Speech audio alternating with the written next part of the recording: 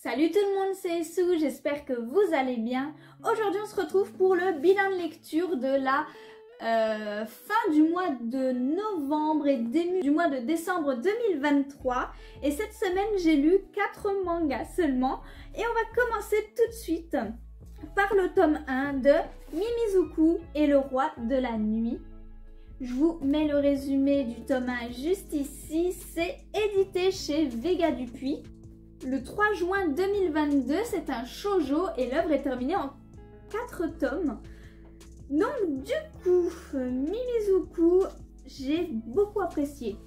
Alors voilà, c'est un manga qui sort vraiment du lot. On suit vraiment cette petite demoiselle qui se fait du coup appeler Mimizuku et qui a été vraiment utilisée comme une sorte d'esclave.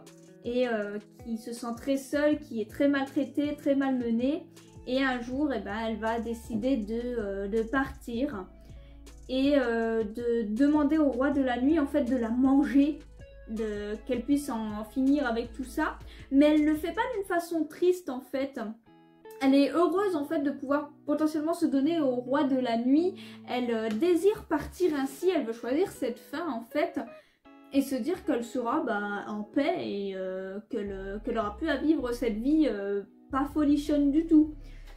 Et franchement, je la trouve très intrigante, cette petite Mimizuku. Dans le sens où en fait, elle a ce petit côté attachant où on a beaucoup de peine pour ce qu'elle vit. On sent qu'elle a des traumas et tout et on voudrait vraiment qu'elle s'en sorte et qu'elle ait une meilleure vie en fait.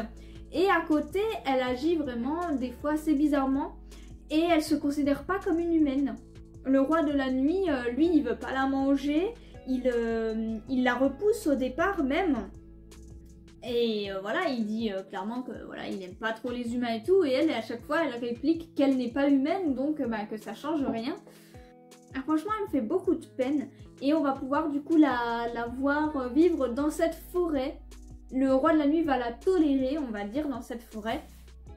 Et du coup, elle va y vivre, elle va être accompagnée d'un petit démon qui est assez drôle. Et en fait, elle va vraiment courir après le roi de la nuit tout le temps pour lui demander de se faire manger par lui. Mais lui, il veut pas. Mais là, au fur et à mesure du tome 1, on voit qu'il lui parle un petit peu plus, qu'il accepte un peu plus qu'elle soit vers lui. Il va même lui changer son numéro parce qu'elle a un numéro sur le front comme une prisonnière, comme un objet. Et il va lui mettre une sorte de symbole qui est beaucoup plus joli, beaucoup plus sympa à porter. Et on sent vraiment en fait que les personnages, le démon, le roi de la nuit et autres, ils commencent à s'attacher un petit peu à cette petite Mimizuku. Et je pense bien qu'à la fin, on aura peut-être une histoire d'amour entre les deux, je ne sais pas. Peut-être qu'il va la manger et qu'on aura du coup une fin assez douce amère, mais assez tournée dans un aspect romantique. Ou peut-être juste qu'elle va vivre avec eux et qui seront tous heureux, trop contents, tous bien en fait, je ne sais pas. Mais en tout cas, ce premier tome était vraiment très très agréable à lire. Ça change vraiment de la plupart des lectures en fait. Il y a vraiment ce côté original et très mystique, très intriguant. On a envie de voir la suite, on a envie de creuser le personnage de Mimizuku, on a envie de creuser les démons, le roi de la nuit et on a vraiment envie de voir comment... ça va se finir pour Mimizuku en fait. Est-ce qu'elle va mourir? Est-ce qu'elle va pas mourir? Est-ce qu'elle va être heureuse? Est-ce qu'elle... Je sais pas. On a envie de les suivre en fait. On a envie de creuser le personnage de Mimizuku. On a envie d'en savoir quand même plus sur sa vie, même si on a quelques bribes par-ci par-là. Mais c'est vraiment bien. C'est vraiment très touchant. C'est un peu dur même des fois. Et j'ai vraiment bien aimé ce tome-là. Et puis en plus on a des dessins qui sont plutôt sympathiques.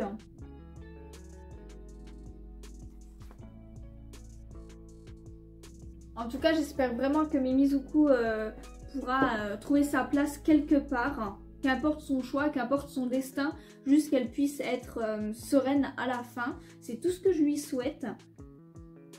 Parce que du coup, la pauvre, elle se sent vraiment à sa place nulle part. Et j'espère vraiment qu'elle pourra la trouver, que ce soit dans la vie ou dans la mort. On passe ensuite au tome 1 de José le tigre et les poissons. Je vous mets le résumé juste ici. C'est édité chez Delcourt Tonkam dans la collection Moonlight. le 8 juin 2022. C'est un Josei et l'œuvre est terminée en 2 tomes. C'est une toute petite série, donc il va falloir que je me prenne le tome 2 histoire de la conclure parce que c'est vraiment très sympa. Alors j'ai pas vu l'animé, je vais pas faire un comparatif, hein, je vais juste me concentrer sur le manga. Et le premier truc que je me suis dit en lisant le tome, c'était que José, donc notre héroïne qui est paraplégique, était insupportable. C'est vraiment la première réflexion que je me suis faite au départ. Voilà, elle est paraplégique, elle a des désirs de liberté, elle adore dessiner, elle a envie de faire des choses et voir des choses qu'elle a jamais vues. Et elle vit avec sa grand-mère et du coup, elle semble un petit peu frustrée la petite.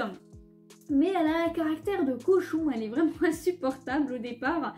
Et elle va vraiment en faire voir de toutes les couleurs, que ce soit sa grand-mère, à notre héros du coup qui va travailler pour sa grand-mère et qui du coup va s'occuper de notre petite José.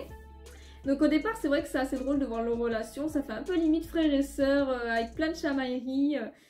Et au final, voilà, il va lui montrer des choses, il va lui faire découvrir des choses, lui faire voir la mer, lui faire voir plein de choses. Et c'est vrai que notre héroïne va beaucoup apprécier ça, elle va un petit peu plus s'ouvrir, elle va être un petit peu moins casse-bonbon.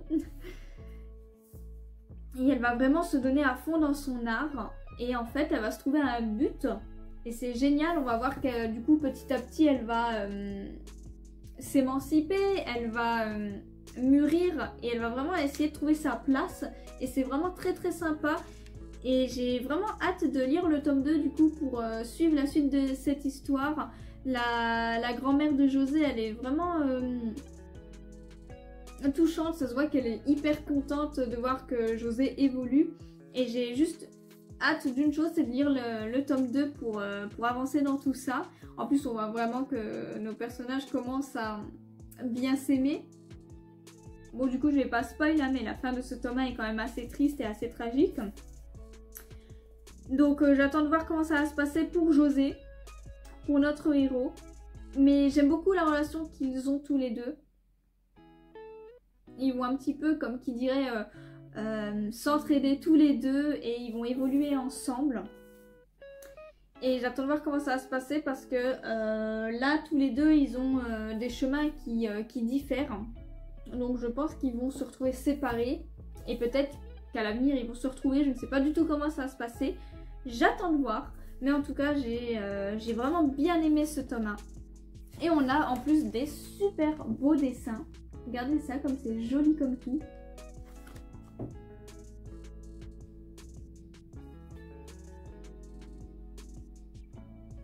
En tout cas, je pense que je vais voir la version animée parce que j'ai bien aimé et ça doit être tellement sublime en version animée aussi. Voilà. J'ai beaucoup aimé cette histoire, je suis vraiment pas déçue du voyage. Là pour le coup, c'est peut-être une de mes œuvres préférées, la collection Moonlight. Et j'attends vraiment de lire la suite et fin. Et pour terminer ce bilan lecture de la semaine, j'ai lu les tomes 4 et 5 de Don't Call It Mystery. Du coup, on suit un étudiant qui est juste un étudiant en fait. Et il se retrouve mêlé à plein d'affaires criminelles ou autres. Et du coup, tel un super Sherlock qui va résoudre ses affaires malgré lui. Et c'est assez cocasse des fois. Donc c'est édité chez Noévé Graphics le 20 mai 2022 pour le tome 4. C'est un Josei et l'œuvre est en cours actuellement. Le tome 7 sortira le 5 janvier. Donc oui, je n'ai pas le tome 6, je suis à la bourre. Je commence à avoir l'habitude moi aussi et ça me désespère. Mais du coup voilà, dans ces deux tomes là, dans le tome 4 on finit une enquête. Alors j'ai eu du mal à me remettre dedans parce que ça faisait un moment que j'avais lu les 3 premiers tomes. Et c'est vrai qu'en plus de base c'était pas... Enfin l'enquête ne m'emballait pas plus que ça. Donc c'est vrai que j'ai mis un peu de temps à me remettre dedans. Mais ensuite c'est rentré tout seul et c'est vrai que la conclusion était plutôt surprenante. De toute façon... toutes les enquêtes, je les trouve super surprenantes. À chaque fois, on découvre du coup de nouveaux personnages qui sont très bizarres, très intrigants, très mystérieux. Et les enquêtes, pareil en fait. Il y a plein de retournements de situation et ça prend toujours un virage inattendu. En tout cas pour moi, je suis toujours assez surprise par le dénouement des histoires. Et elles sont super prenantes, elles sont hyper variées, hyper différentes. Et c'est vraiment très bien fait, très bien foutu. Et en fait, c'est tellement bien fait que quand on arrive à la fin, on est surpris parce que on s'y attend pas forcément à cette finalité. Et c'est super bien. En plus, notre héros est plutôt sympa à suivre. Alors, on pourrait dire qu'il n'a pas énormément de caractère, mais c'est quand même quelqu'un en fait d'assez réservé, assez curieux. Et je sais pas, je l'aime bien. Il a ce petit côté attachant. Et ouais, j'aime bien. J'aime bien ce héros qu'ils ont fait, qui est un peu effacé, un peu dans sa bulle. Et qui pourtant est assez intelligent, assez doué et plutôt agréable à suivre au final. Et du coup, j'ai trop hâte de lire la suite en fait à chaque fois. C'est super intéressant. Et les dessins, ils sont super jolis. Alors, du coup, manga d'enquête et autres oblige, il y a beaucoup de blabla, beaucoup de dialogue. Hein. Donc, si vous aimez pas trop ça, il n'y aura pas le choix. Il y a beaucoup de blabla. Mais franchement, ça vaut le coup.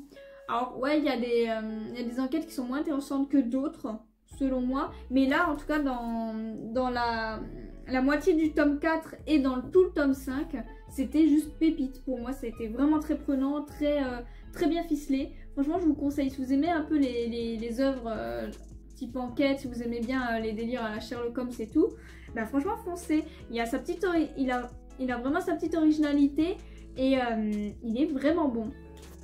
Et puis du coup, pour les dessins, comme je vous disais, j'espère juste qu'on creusera peut-être un peu plus notre perso principal, le voir peut-être un peu plus évoluer.